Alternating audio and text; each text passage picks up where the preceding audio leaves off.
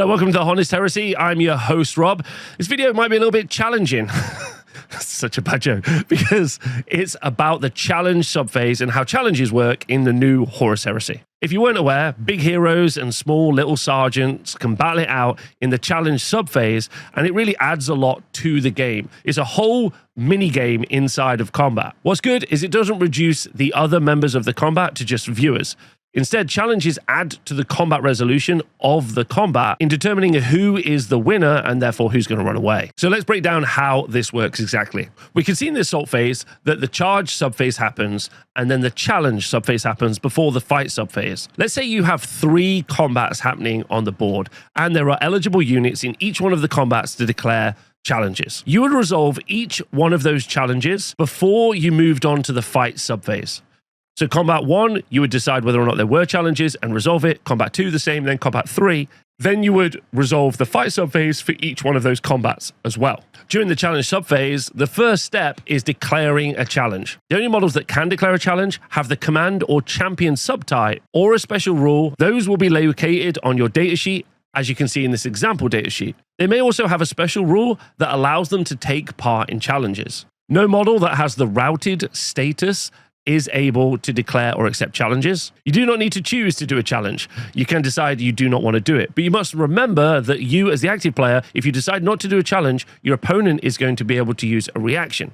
They're going to be able to use heroic intervention and declare a challenge back at you, and now maybe you're going to have to do a challenge. Obviously, when you declare a challenge as well, there needs to be a model in the opposing unit that is able to accept that challenge. So let's talk about what happens if our opponent just decides they're not going to accept the challenge. This means that that model gains the disgraced status. A model with a disgraced status halves its weapon skill and leadership characteristic until the end of the assault phase, which is really bad because they're going to have to use that leadership characteristic to make sure they don't run away later. It's also worth noting that a unit that has a model with the disgrace status in is also disgraced. So the entire unit will have its leadership and weapon skill halved. However, models that cannot gain statuses do not suffer from being disgraced. Because when you complete a challenge, you generate a lot of combat resolution points to work out who wins a combat at the end. You can just bully your opponent in having to accept challenges, and therefore your opponent is going to give you some easy combat res. They're not going to not accept it because they do not want those debuffs to happen. However, if you are the weaker model going into these challenges, there are tricks in this minigame to maybe make it so that you survive and turn the tables on your opponent. Before we get to that though, let's find out what happens once the challenge is accepted. When the challenge is accepted, you remove both the challenger and the challenged model and place them in base contact. Those models are considered to be off-board like units in a transport. So it doesn't matter where on the board you decide to put them, which has already got my mind thinking maybe I'll build like a little plinth, like a challenge plinth that I'll put them on top of, which I think would be very cool, like a scenic base. Maybe it'll spin.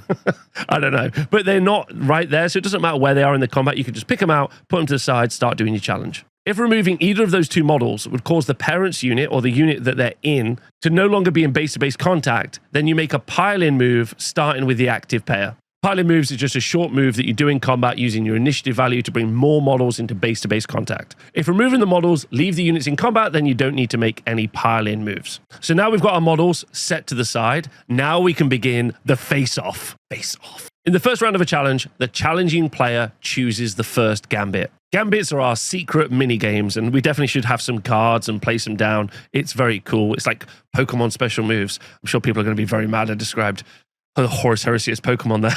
I'm so very sorry. However, first round of combat, worth noting, challenging pair, the person who issued the challenge gets the first gambit. However, in other rounds of a challenge, the player with the challenge advantage, which is the person that basically won the combat, gets to choose the first gambit of the next round. That's because if one of the models doesn't die, you can keep going through the challenge steps and keep fighting and fighting and fighting. Depending on what gambits you choose and what the resolutions are, there are options to back out of the combat where both models stay alive, but you can return constantly to the face-off step. So in the first round, the challenger who issued the challenge gets the first gambit, and after that, it's whoever has the challenge advantage gets the first gambit. So once the first player has selected a gambit, You apply all of the effects before the next player chooses their gambit. Once a gambit has been chosen, no other model in the combat can choose the same one. So you just can't use the same gambits. You do not have to choose a gambit. Now, I haven't done enough challenges yet to work out whether or not I would do that or why I would not do that, but it's elective. You do not need to choose a gambit, and that's worth remembering. This section is called the face-off step. And once we've both chosen gambits, when we go back to the face-off step again, you can still choose the same gambits. They're not like locked out of future combats. While it'd be worth going through all the gambits now, unfortunately, there are other steps that gambits affect. So we're going to cover the gambits after this, and instead we're going to keep going through the steps and see what happens. The next step is the focus step, and this determines who is going to strike first in the strike step. There are loads of bonuses and modifiers to who strikes first. The first one is that the reactive player chooses one weapon for their model in combat, and then the active player does as well. This might be quite important because a unit might have 2 weapons equipped, and one might be better in that challenge than the other. After you've chosen the weapons, the next thing that happens is you roll a focus roll. This is just a d6. However, you add a bunch of bonuses to this. The first bonus that you add is your combat initiative score. That is the current initiative value of the model and any modifications that it gets that initiative from the weapons. If you have a heavy model, then you're going to be -1 to that initiative. And if you have a light model, you're going to add +1 to that initiative. So if you are more heavily armored, you're less likely to strike first, but you are obviously more survivable. You also need to reduce the initiative of the model by the number of wounds currently lost from its base value and has lost. So if the model has 4 wounds and has lost 3, you're going to reduce its initiative down by 3. Special rules like Duelist are going to grant the initiative equal to the value of X. If you have a weapon with Duelist 1, you're going to add +1 initiative. And you're also going to add modifiers from outside support, which is another special rule. For every 5 friendly models from any unit locked in the same combat as the challenger, you add +1 initiative to the focus roll. So if you have 10 friendly models in addition to the challenger, you're going to add +2 to your initiative roll. If you have any models in the combat with a unit type of walker, they count as 5 models each. However, there are some models that don't count. Models that are pinned or stunned, suppressed, or routed are not going to count for outside support. Models with a unit type vehicle or automata are also not going to help you out with your initiative. If one of the models is alone in combat and the other challenging model is part of a unit, then that unit is going to add +2 to your initiative value for every 5 models, and it's going to add those initiative bonuses even if they're affected by pinned, stunned, suppressed, or routed. However, unit type vehicles and automatas still do not count. So you're in a really bad position if you end up in a challenge with a solo model against another model that's part of a unit with a lot of models. So let's just recap and add that together again, because that's a lot of information. Roll a d6, add the initiative, add the weapon profile, work out if it's heavy or light, and add those bonuses. Reduce the initiative by the amount of wounds it may have lost. Add any special rules like Duelist and any bonuses from outside support. Once you've got both of those modifiers together and you've rolled your d6, if the result is a draw, you re-roll it. However, if one of the players has won the roll, then they become the challenge advantage. The model with the challenge advantage gets +1 attack and also gets to strike first. I'm just going to take a moment as editorial Rob now to step outside of this. That is a lot of information, and I'm not really sure how I'm going to display that. So however I did display it, let me know. But that is a lot of things that you're going to need to cross-reference. Maybe a little sheet. Maybe I'll think about creating a little form or a sheet or something that you could put together for challenges, like a challenge card, which is quite fun. Put the name of each on top. I don't know, but that is a lot of info that you need to work out to see who is the challenge advantage. So if you feel overwhelmed, understand that I also feel overwhelmed by that. So it is a lot. Now we move into the strike step. Both models attack using their full attacks characteristic. And once they've both attacked once, then we work out what the resolution is. Now, obviously, if one of the models has died, that's one outcome. The other outcome is that it's a draw. If one of the models is removed as a casualty, the other model and player have won the challenge, and you move on to the glory step, which is step 5. However, if neither model is slain, then the challenge ends in a draw. The controlling player of the model with a challenge advantage can decide to go through steps 2, 3, and 4 again, or move on to the glory step. So at this point, you get the opportunity to continue on the combat or move out of this combat sequence. And if you go through the combat again, you'll do the face-off step again, which is picking your gambits. Then you'll roll the focus roll again to see who gets the strike advantage. Then you'll do the attack sequence again, and then you'll come back to the end step before you move on to glory. When you eventually resolve the combat, you end up in the glory step. If a model was removed, the winning model gains combat resolution equal to the base wounds characteristic of the slain model. And if that model had the type Paragon or the subtype Command, you add +1 to that as well. So it's not the number of wounds that you did.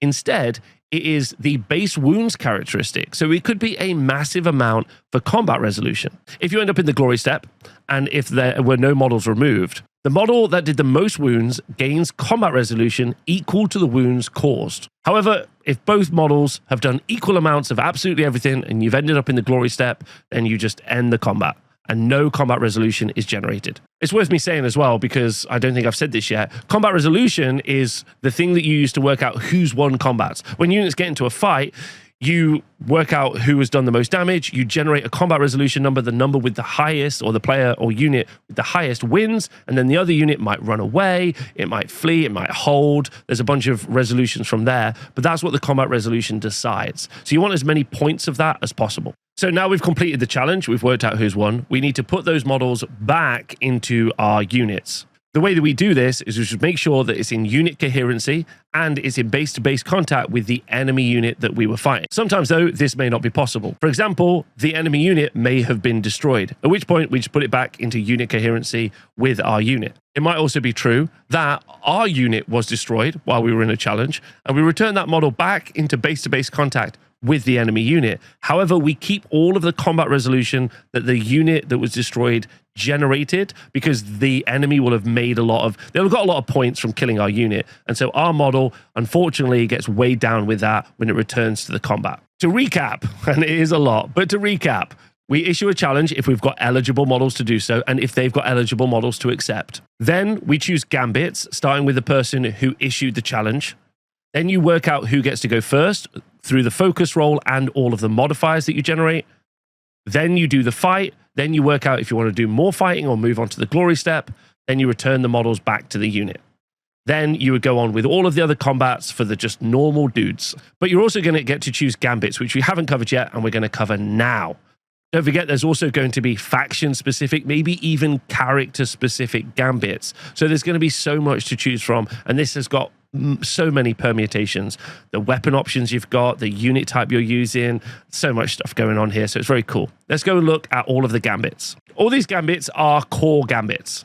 And the first gambit we're going to look at is seize the initiative. During the focus step, when you work out who's going to get to strike first, you'll roll 2d6 instead of 1, and you'll drop the lowest. Obviously, this is just a straight advantage to the dice roll. The next gambit is Flurry of Blows, where you add plus d3 attacks to the attacks that you're going to make in the strike step, but you set the damage of them to 1 and no modifiers can be made. This is nice if you're just planning to try and kill a model or generate as much combat resolution as possible. The gambit, Test the Foe, gives you no bonus for this gambit in either the focus or the strike step. But if the model is not removed as a casualty, the model automatically gains the challenge advantage in the glory step. The gambit Guard Up gives +1 to this model's weapon skill, but you can only make 1 attack. However, each failed hit from the enemy gives you +1 to the next focus roll in the challenge. So increase your weapon skill. It's going to make it harder for your opponent to hit you. However, in the next focus roll, you're very likely